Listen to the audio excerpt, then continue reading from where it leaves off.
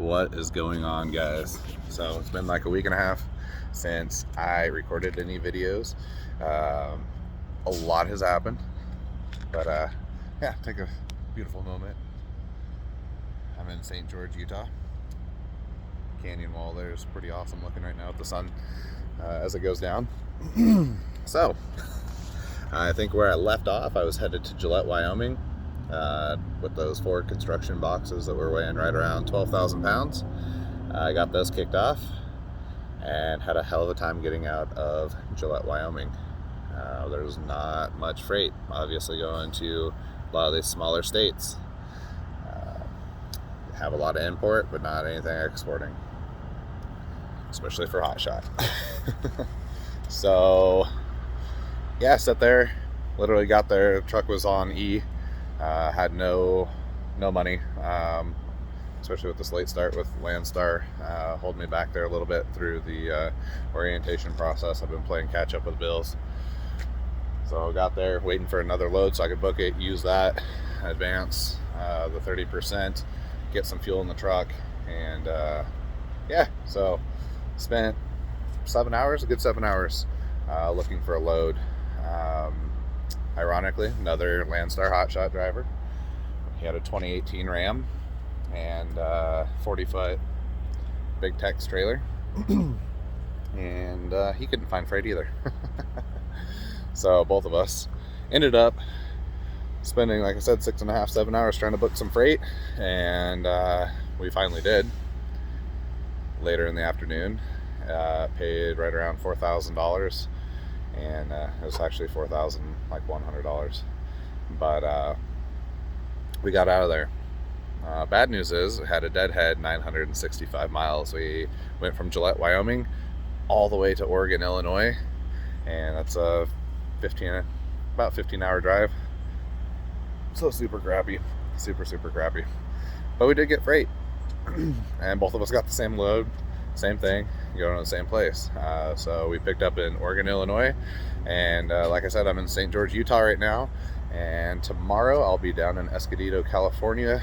It'll be Saturday, so I won't be able to deliver it.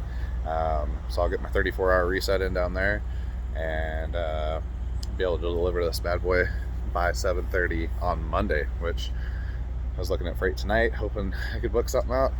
No luck, so it'll be something to hustle for on Monday. But I wanted to show you guys this freight. All right, so they told me it's 14,000 pounds, 8 foot tall, and it's a tank. That's all they said. So ironically, got there. It's 29 feet long, about 10 foot tall, something like that, maybe taller, and weighs 6,200 pounds. So that was good. But being a cylinder on the front side obviously creates a lot of drag. So, are you guys ready? Check it out. I got that monster on here. Look at that thing, all the way down there. Yeah, so myself and the other Hotshot driver, this is what we got. Big old tank. Not 100% sure what they're gonna do with it. So that's going to some construction yard, and then from there they take it to their job sites. So I don't know if it's oil related, mining related, just to hold some sort of water. I don't know. It's just a tank. So yeah, 6,000 pounds, and sorry about that. A little loud, but anyway, so yeah, 6,000 pounds. If you look over the top of the trailer as we go, you can see how much it overhangs. Being for the height, like, yeah, all that drag, it sucked. Other than that, truck's running great. It's not been acting all laggy like it was previous. And it could be that the other load was 12,000 pounds and this one's only 6,000 pounds. Not 100% sure on that, but this thing, no bueno.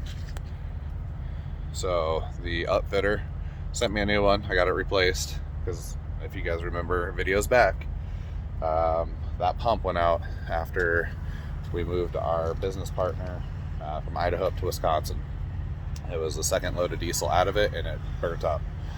Second load of diesel, as in Little America, Wyoming, and that freaking thing decided to burn up. It doesn't work, doesn't turn on, doesn't make any humming noise, nothing.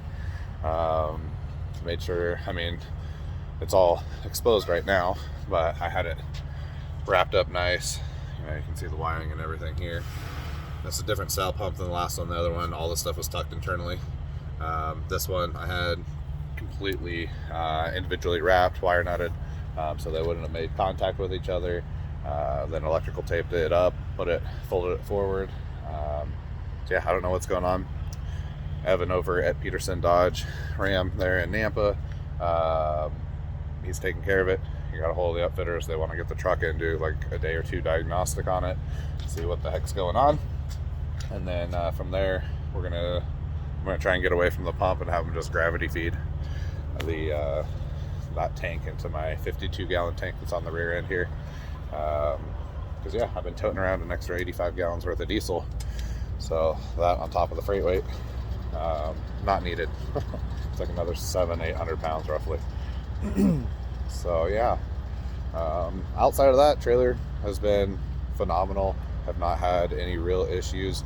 I saw a hub is leaking a little bit of oil because it's got those oil bath hubs, and I don't know, it looks like something smacked it.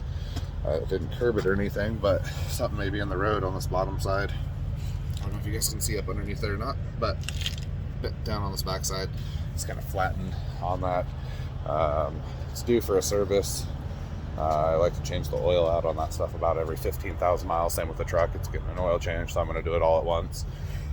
So yeah, kind of little maintenance got going on. But outside of that, I mean, we're just trucking. So the big thing is, if you guys are going to places that are scarce on freight and you got a couple days to get there, look for freight in advance. Get yourself out. Myself and that other guy totally screwed ourselves, burnt half the day just trying to book this load, and it didn't show up until later, way later in the afternoon. And if we would have been out that morning, we would have been down there tonight, been able to deliver this, and been able to get something else on, but or at least do our reset and then not have to worry about that come Monday, delivering this. So yeah, outside of that, she's still turning, going down the road, driving fine. I scaled the truck. It was empty on my way out of Wyoming up to Oregon, Illinois, where I went to go pick this stuff up at, and went across the scale, and I'm like, that doesn't seem right. So I have that auxiliary tank full, that's 85 gallons. Had half a tank on the 52 gallons. And when I went across the scale, it said the combined weight of the truck and trailer was 19,200 pounds. And I'm like, oh, that doesn't seem right, because the trailer's 7,700 pounds. I'm like, well, maybe with all the crap in there, maybe I need to weigh it, like officially, because I was going off some basic, numbers and giving myself a couple, 2,000 pounds of tolerance. Come to find out, these Rams, the old ones, like the other gentleman that pulled up there with me, he's got the same 6.7 Cummins motor. I guess Rams got smart, realized that guys are hotshotting these things, towing 20,000 pounds behind them, and motors go. So instead of replacing motors, they dumbed down the specs on these. My gross weight that this truck can pull, total weight I should say, is 33,000 pounds is what it's registered for. His is registered, I believe, at 45 or 44,000. So this thing, combined with the trailer and deducting out what we can haul, our cargo weight can only be 13,000 pounds, which in Hotshot, okay, that's fair-ish. But so many loads come up for 15 to 17,000. But you don't want to max your truck and trailer out. But when those loads come up and they're paying $5,000 to go 1,800 miles, it's kind of like, yeah, I should snag that, but I can't. So lesson learned, probably go with the 5,500 with the 6.7 high output. That's the new option, I guess, that they're coming out with these, is if I would have paid like another $5,000, I could have had a high output and been able to tow up to like 44,000 pounds. So I guess shame on me. Should have done some research on it. But for now, it's going to make money. It's going to be fine. We are looking to add a semi to our fleet. got a guy interested, one of my really good friends out of Corpus Christi, Texas, who's a pretty solid dude, working for another company running flatbed. That's what he wants to do over here. So yeah, sounds like that's going to be a go here, and a goal for us beginning of the month, or beginning of the year, sorry, not the month, geez, it'll be way too fast. But yeah, so he'll be coming on. I'll introduce him. I also need to get my business partner going on some videos with us. Just the timing hasn't lined up, and it's been kind of in out, get going, and I hadn't had time to sit down and make a video. But yeah, I appreciate everybody watching.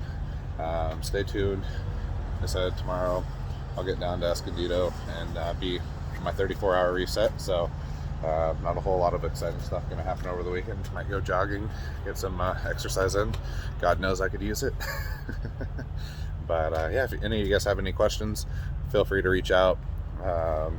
Like, subscribe, comment below. Do your thing. You guys know how YouTube works. And if you need to, or talk in person, over the phone, whatever. If I'm in your area, I'm more than willing to talk to you guys about Landstar. Totally great opportunity. I'm not doing this as a plug. They're not paying me for it. I'm just letting you guys know the freedom, the freight, and everything is phenomenal over here, even for Hotshot, even when things are slim pickings. And at certain times, you'll learn lanes where you should and shouldn't run, and you can definitely make 200,000 here easy, as long as you're treating it like a trucking job and not just a 9 to 5 and I want to be home on the weekends. There are some guys that do that, but they're in a really hot area for freight. So unless you're gonna move to the northwest or midwest, or over towards Baltimore, Maryland, there's a lot of freight that goes through there. Ohio, Michigan, Illinois, all those areas, super good for freight. That's where we're going to try and get the truck back up to, and then just park it in Wisconsin and fly home.